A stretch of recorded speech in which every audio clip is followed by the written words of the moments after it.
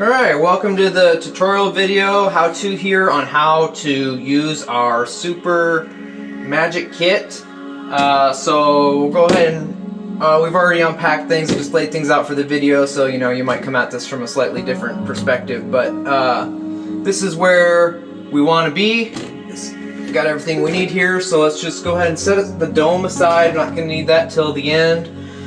So what we've got in here is 2 pounds of colonized grain, and we've got 3 pounds of compost substrate, and we've got 1 pound of casing mulch, and we've got some growing supplies, and we've got some sterile supplies.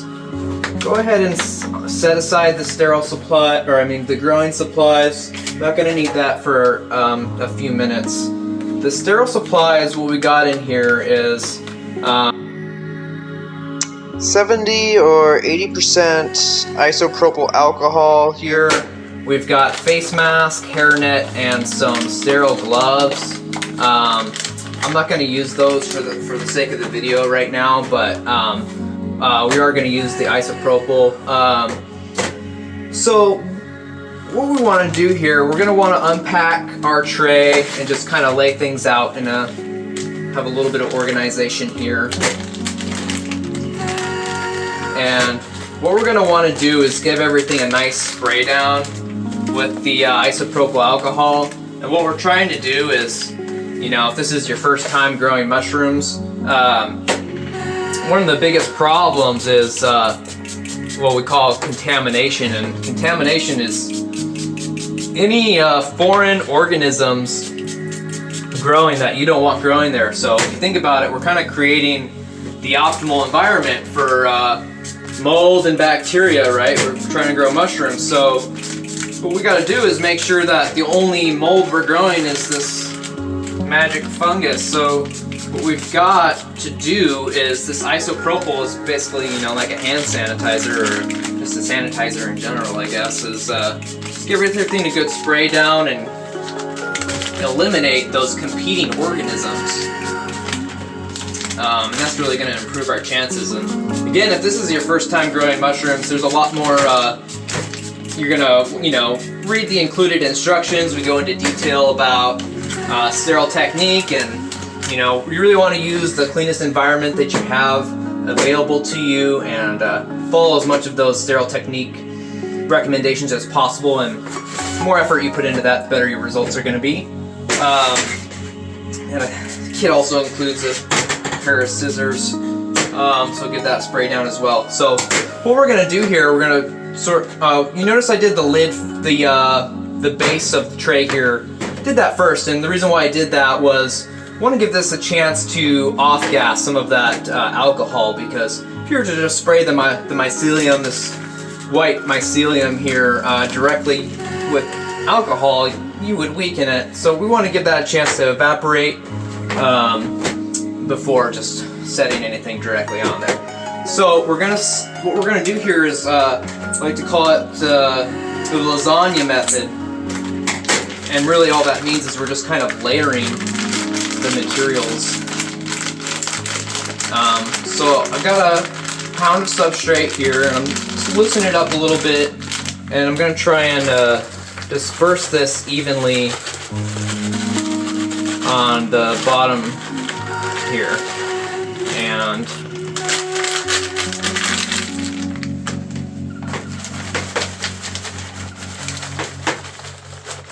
got something kind of like that. I didn't quite get full coverage on that, so I'm going to go ahead and we want full coverage, a full layer. I'm going to add a little bit more. It's going to depend, this might vary depending on, there's different types of substrate you can use. Some are more or less dense, so just add a little bit more on there too. And this part really, it doesn't have to be perfect. So we've got our first layer there of substrate. What I'm going to start doing now is breaking up this colonized grain. I'm going to work it as much as I can with the bag closed, because again, we want to limit the exposure especially with the grain. The other things aren't as critical, but because they don't have as much nutrients in them, they're not as prone to contamination. But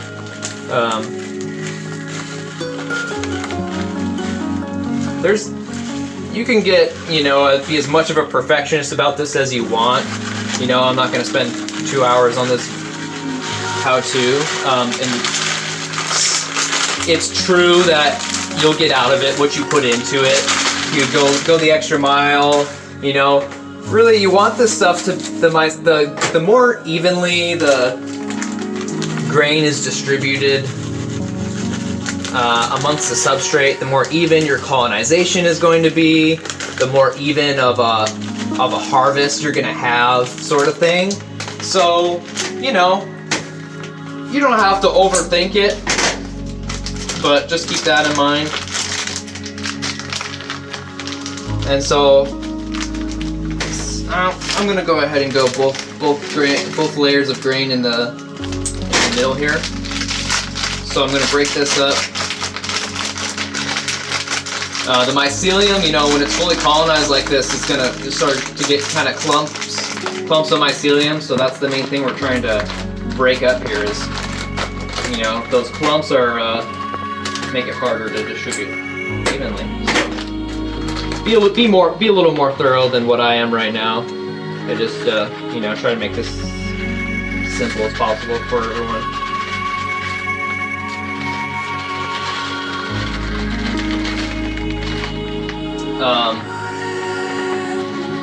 Shift that down. This really helps even it out, without having to make too much contact. Got a couple clumps in here, so that's the kind of stuff I'm talking about. I really would have been more thorough at it, but I don't have to do that for you guys to know what I'm talking about.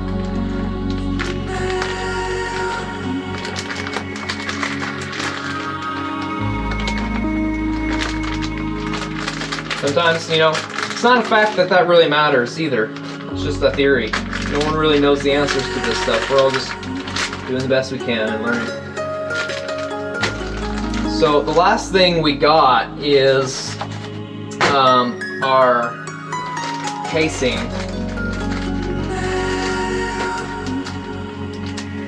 And the casing is really going to seal the deal here. We don't want any exposed grain, and because again, the grain is the thing, it's the highest nutrient, so it's going to be the most prone to contaminants. Contaminants are going to want to get on that and get those nutrients. Really want to cover the grain.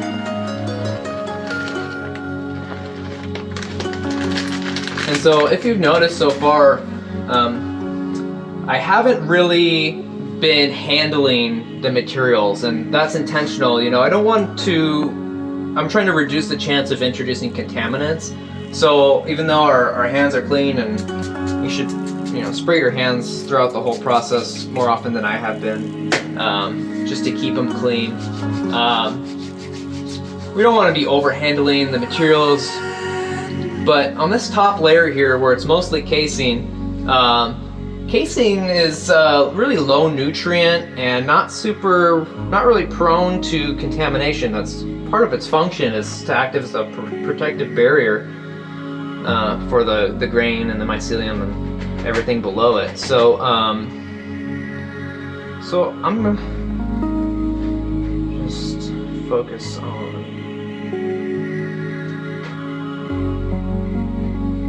this kind of, again, covering that grain in sort of a reasonably even layer here, and I'm just gently patting this. I'm not being forceful with this. I'm just going around the edges, just a nice, again, it doesn't have to be perfect. Got a little bit of exposed grain there, just cover that up. It doesn't have to be perfect, you guys, so just do the best you can. You can be as OCD about it as you want. I'm not, especially in this moment. So it works both ways. You'll learn what works best for you over time. So now at this stage, we're ready for, we're basically done. So we're gonna put the humidity dome on now, and what we wanna do is kind of prime this, get some nice humidity going. Humidity is more important at the, high humidity is more important at the fruiting stage, but I just know that we're gonna lose a little bit of this moisture that's in the substrate here as a result of all this airspace from the humidity dome. So I'm just gonna add a little water in there, and what we want to do, we don't really have to monitor the humidity until we get to fruiting, but if you're getting below 80% humidity, we've got a hygrometer gauge here for reading temperature and humidity. So we're at 90% right now, and that's probably going to change because of as it sort of adjusts to all the things that are happening. The humidity is really important part of growing mushrooms. Mushrooms are 90% water. We do not want them to dry out.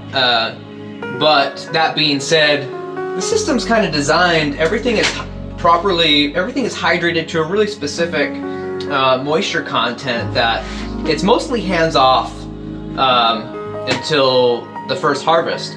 Now, like I said, that can vary a little bit, or I think I said it can vary a little bit depending on your actual climate, your environment of where you live. So if you're in a hot desert climate with low humidity, you're gonna lose more moisture than if you were in a high humidity sort of climate. So that's just what you want to keep an eye on is, let's say during colonization, keep it above 80%. After a couple weeks here, this whole thing, if we did our part and everything is good, it'll all turn white, and the mycelium will grow through the surface here and start forming what's called pins. And we'll probably do I'm sure we'll do another video for that to show you what that looks like, but it's not until you get to that pinning stage and the actual part where the mushrooms are growing, it's called fruiting. You want to bump that humidity up to 90, above 90%.